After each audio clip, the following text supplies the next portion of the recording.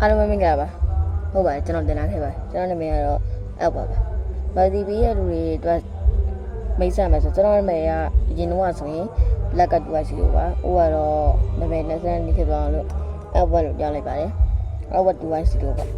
ဒီနေ့ဗီဒီယိုလေးကတော့ဘာပြောမှလဲဆိုတော့ One Piece ရဲ့ character တယောက်ဖြစ်တဲ့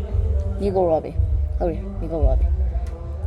သူ့ကျွန်တော်တောက်ရမ်းကြိုက်တယ်ဘာလို့ဆိုသိလားဟုတ်ပါတယ်သူ့ရဲ့အလှရောင်လည်းမဟုတ်ပါဘူးသူ့ရဲ့ personality ပါသူ့ကိုရမ်းကြိုက်တယ်ပေါ့နော်အရင်ကတော့သူ့ကိုမကြိုက်ခဲ့ဘူးအဖွဲရဲစက်ကဝင်တော့ဆိုရင်လူကြီးမဖိတ်ခေါ်ပဲနဲ့ဝင်လာတဲ့လူလက်ထိရင်းတော့လည်းမလှဘူးပေါ့နော်အသားကလည်းမဲမလှပဲနဲ့သူ့ရဲ့အခက်အခဲနာလည်းတိတ်မပါဘူးပေါ့နော်အဲကြောင့်သူ့ကိုမကြိုက်ခဲ့ပါဘူးဒါပေမဲ့ကျွန်တော်ရဲ့ friend တယောက်ကပြောတယ်ပေါ့နော်အဲ့ကောင်မဒီကဘယ်လောက်လှတာပဲ size ကပြီးရင်ဘယ်လောက်လှသွားတာဘာလို့ make up ကျင်လိုက်ဘယ်လောက်လှတာသူ့ရဲ့အတီးကလည်းဘယ်လောက် over ဖြစ်တာဆိုပြီးတော့ကျွန်တော်ပြောတယ်ပေါ့နော်အဲကြောင့်ကျွန်တော်လည်းသူ့ကို group site ကြည့်ရခါမှာသူ့ရဲ့ personality ကိုတော်တော်လေးသဘောကျလာတယ်ပေါ့နော် task ကပြီးရဆိုပိုတော့စိုးသေးတယ်ပိုအောင်လှပေါ့နော်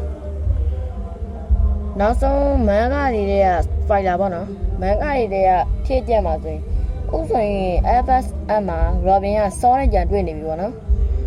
အဲကြောင့်သူတို့နှစ်ယောက်ရဲ့အခန်းကဏ္ဍလေးတော်တော်လေးမိုက်တယ်ဥဆိုရင်တော့ FS မှာလည်းသူက Ghost Time နှစ်ယောက်ဟိုရှင်ထင်းနေတဲ့အချိန်တွေရောက်နေပြီပေါ့နော်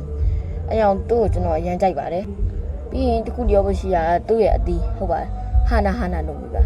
ဟာနာနုံပြီ flower ဖို့သူ့အတီးကတော်တော်လေးမိုက်တယ်ထင်မှဖြစ်ပြီးတော့သူ့ရဲ့ဆိုတော့